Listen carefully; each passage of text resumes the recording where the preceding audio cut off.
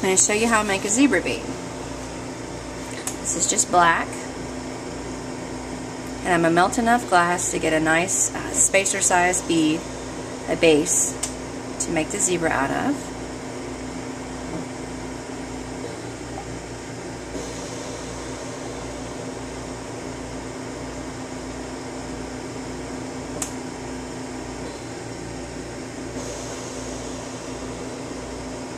Oh, and all the glass I'm using is just, it's 104. It's all Ephetra.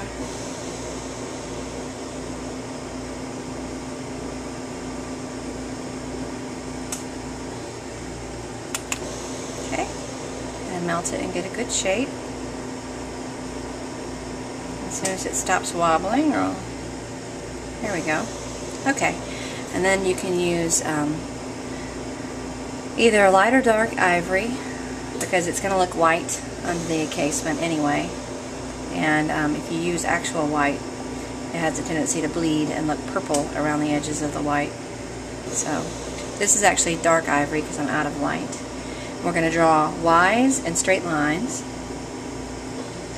So we'll start this direction, and there's a Y, and then it's sort of a straight line. Basically just not a Y. A line from one side to the other. And then another one. And then we're going to do another Y.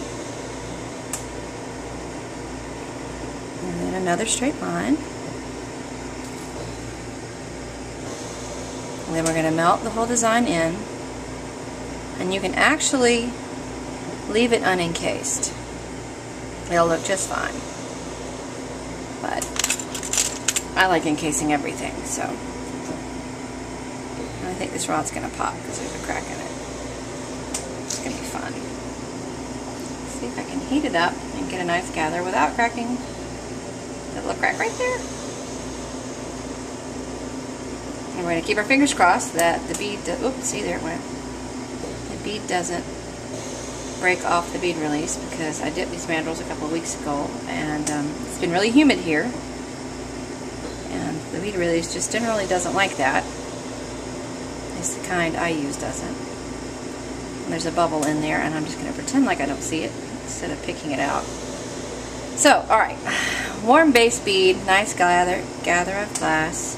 I'm going to go all the way around. And off. And then I get my little triangle and go. And in case you're wondering, yes, I do make all those noises when I make beads, because it's just like playing. So I'm spot heating, and I'm pushing the clear glass up to, but not touching the mandrel, because I don't want to make it all wonky. Alright, and then I'm going to do this side. I'm going to spot heat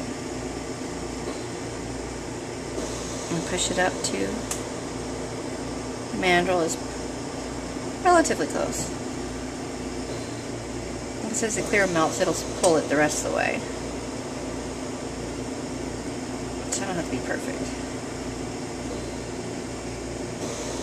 Okay, and now we're going to melt the clear encasing glass in.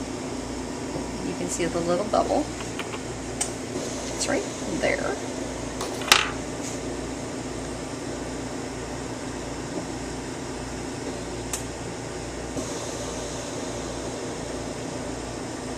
Going for a nice shape, and thankfully the bead release did not break.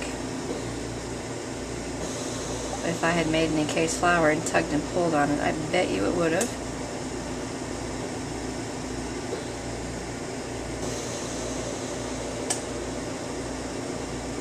Okay, we have a nice shape, and once it cools down some, you can see the zebra pattern on it.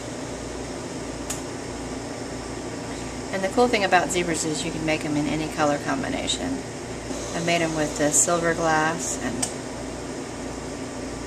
use them as actual base beads for other colors. They look really pretty with hot pink flowers over the top if you use the zebra as a core.